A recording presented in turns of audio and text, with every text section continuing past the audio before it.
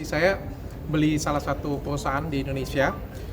Ini adalah perusahaan kelima yang saya akuisisi dalam 2 tahun terakhir. Jadi saya investasi dan salah satu perusahaan yang kelima saya adalah New Lab. Jadi ini memang saya cari perusahaan kosmetik, perusahaan skincare juga, perusahaan yang bikin cantik wanita di Indonesia juga. Tapi saya cari yang berkelas dan bagus. Kayak kemarin saya sudah cari banyak banget. Tapi akhirnya pilihan saya jatuh ke New Lab. Dok, mungkin boleh diulang aja kenapa New Lab gitu, Dok? Kenapa New Lab? Sejujurnya selain New Lab banyak banget yang saya incer ya. Ada beberapa perusahaan tuh saya incer, tapi mohon maaf ya, menurut saya banyak yang tidak sehat. Keuangan tidak sehat, manajemennya nggak sehat, nggak bagus banget, dan saya ngerasa kayak walaupun ada yang lebih terkenal, namanya lebih gede, tapi menurut saya nggak sehat, dan itu tinggal nunggu waktu. Apalagi kan yang terakhir saya dengarkan ada salah satu perusahaan di luar negeri, perusahaan besar di Indonesia. Siapa yang pikir dia akan bangkrut di Amerika dan di Inggris gitu kan? Kenapa? Karena menurut saya ya ada kesalahan manajemen, banyak banget lah ya. Dan saya waktu ngelihat New Lab, waktu saya audit bagus banget. Dari manajemennya bagus, strateginya bagus, cara komunikasi ke masyarakatnya bagus banget.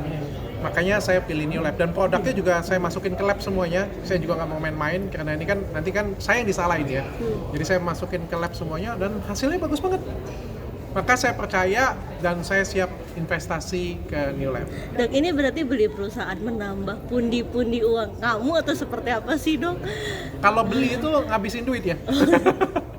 Tapi ini salah satu menurutku, aku ngomongnya ke diriku ya, aku ngomong ke istriku juga. Ini kan perusahaan aku beli untuk istriku ya sebenarnya ya. Karena dia pengen kurus, tadi aku bilang kan. Kemarin dia bilang dia pengen kurus.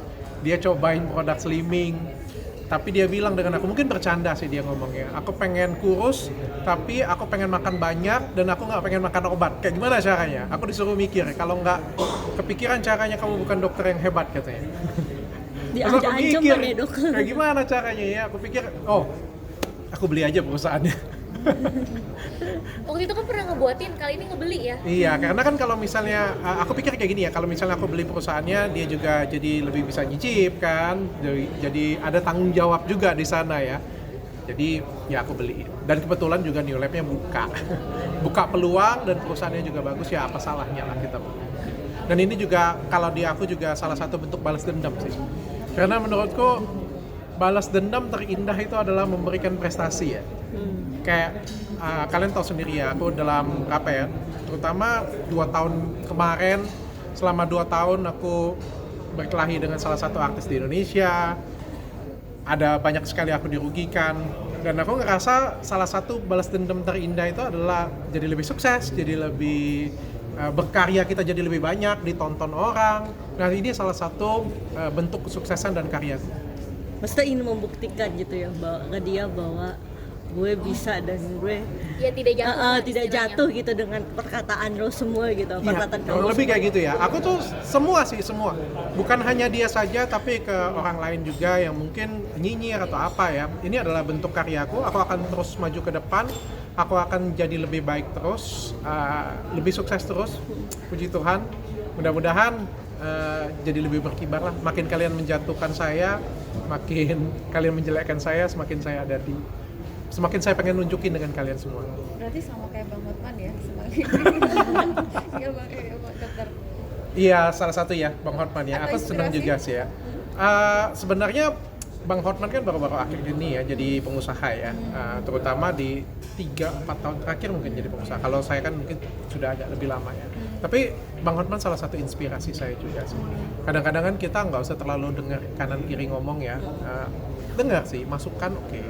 Tapi paling penting adalah buat karya terus. Kalau terlalu banyak dengerin, nyinyiran orang, kayak artis-artis sana kan, artis kemarin ngomong kan, kalau saya bawa hati, sakit hati, malah bikin saya jatuh, malah nggak jadi apa-apa. Ngapain? Jadi motivasi aja supaya bisa terbang ke atas terus.